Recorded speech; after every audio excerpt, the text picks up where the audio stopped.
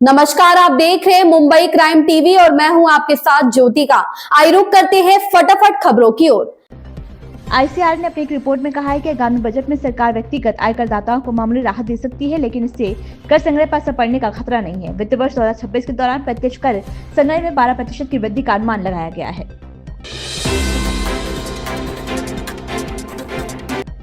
America में हर 4 साल में होने वाले राष्ट्रपति चुनाव के बाद नवनिर्वाचित राष्ट्रपति 20 जनवरी को शपथ लेते हैं। इस दिन का महत्व बहुत गहरा है और इसके पीछे एक खास इतिहास छुपा हुआ है। ये सिर्फ एक तारीख नहीं बल्कि अमेरिकी लोकतंत्र और उसके संविधान में एक ऐतिहासिक परिवर्तन का प्रतीक है। बिहार की राजधानी पटना के एक थाने के 4 पुलिसकर्मियों को सस्पेंड कर दिया गया है। पटना एसएसपी अवकाश कुमार के निर्देश पर यह कार्रवाई हुई। सभी पुलिसकर्मियों पर जब्त की गई शराब की बोतलें छिपाने का आरोप था।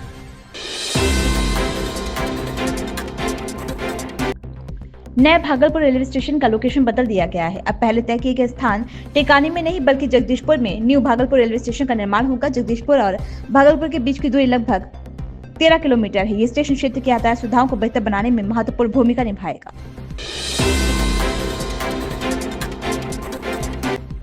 बॉलीवुड अभिनेत्री कंगना रनौत के हालिया रिलीज इमरजेंसी को एक बार फिर विरोध का सामना करना पड़ा। पंजाब के पटियाला, अमृतसर और बठिंडा में इस फिल्म पर रोक लगा दी गई है। वहीं पूरे पंजाब में इसे लेकर विरोध प्रदर्शन हो रहे हैं। शिरोमणि गुरुद्वारा प्रबंधक कमेटी सहित सिख संगठनों के विभिन्न नेताओं ने इमरजेंसी पर प्रतिबंध लगाने की मांग की है, क्योंकि उनका दावा है कि फिल्म सिखों की छवि खराब करती है।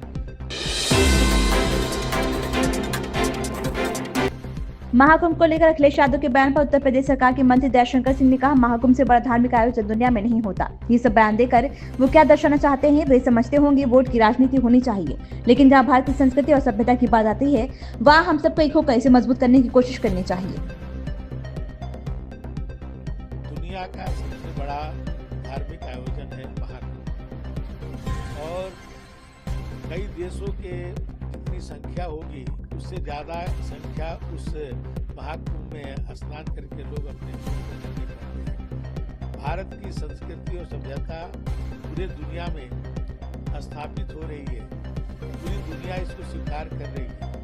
कई देशों के श्रद्धालु आज महाकुंभ में आकर के अपने जीवन को धन्य कर रहे हैं।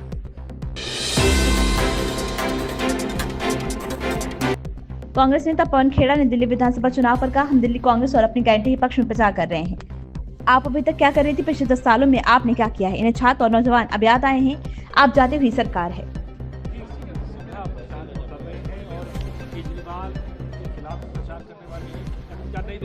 हम दिल्ली के पक्ष में प्रचार कर रहे हैं, कांग्रेस के पक्ष में प्रचार कर रहे हैं, अपनी गारंटीज के पक्ष में प्रचार कर रहे हैं।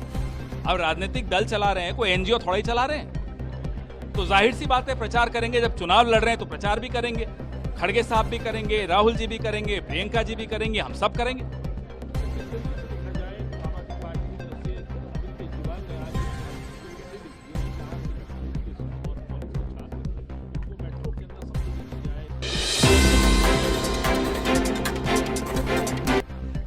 अभिनेता सैफ अली खान की स्वास्थ्य स्थिति पर लीलावती अस्पताल के डॉक्टर नितिन डांगे ने कहा कि सैफ अली खान अब बेहतर है, वे अच्छे से चल सकते हैं। उनके मापदंडों, उनके घावों और अन्य सभी चोटों को देखते हुए उन्हें आईसीयू से बाहर ले जाना सुरक्षित है। Today's update, we just saw him. Mr. Saif Ali Khan is doing excellent, and we made him walk. He can walk well. There's no problem. There's no much pain or any other symptoms. So, looking at his parameters, his wounds, and all the other injuries, he is safe to be shifted out of the ICU to a special room. Only thing what we have advised and the rules for him, that he has to take rest for some time because of the wounds on the back especially, which can have chances of infection, and his movements are restricted for a week almost, for the most important reason that he had an injury in the spine, and which has been repaired. The fluid which was coming out has been repaired, which has a potential chance for infection. That's why his movements and also the restriction of the movements, as well as movements of the visitors' movements are being strictly restricted for his faster recovery, and he is doing excellent and is recovering very fast, and God is kind.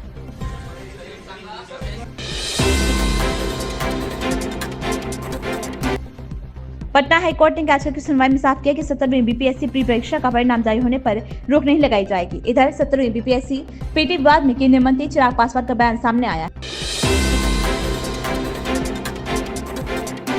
केंद्र सरकार ने 8वें वेतन आयोग को मंजूरी दे दी है, जिसके बाद से कर्मचारी जानने के लिए उत्सुक हैं कि उनके वेतन में कितने प्रतिशत की वृद्धि होगी। इस बार वेतन आयोग कितने फिटमेंट फैक्टर की अनुशंसा करेगा। तेजस्वी यादव ने अपना नाम क्यों बदला? तेजस्वी यादव अपने पैतृक जिला गोपालगंज में आकर सर्किट हाउस में क्या गुप्त बैठक कर रहे हैं? क्या एनडीए कुछ खुलासा करने की तैयारी में है? ये सारे सवाल एक प्रेस कॉन्फ्रेंस के बाद सामने आने लगे हैं। दरअसल गोपालगंज में एनडीए के प्रदेश प्रवक्ताओं ने एक प्रेस कॉन्फ्रेंस करके महागठबंधन और खासकर राजद नेताओं पर जमकर हमला बोला है। इन खबरों में बस इतना ही। बने रहिए मुंबई क्राइम टीवी के साथ।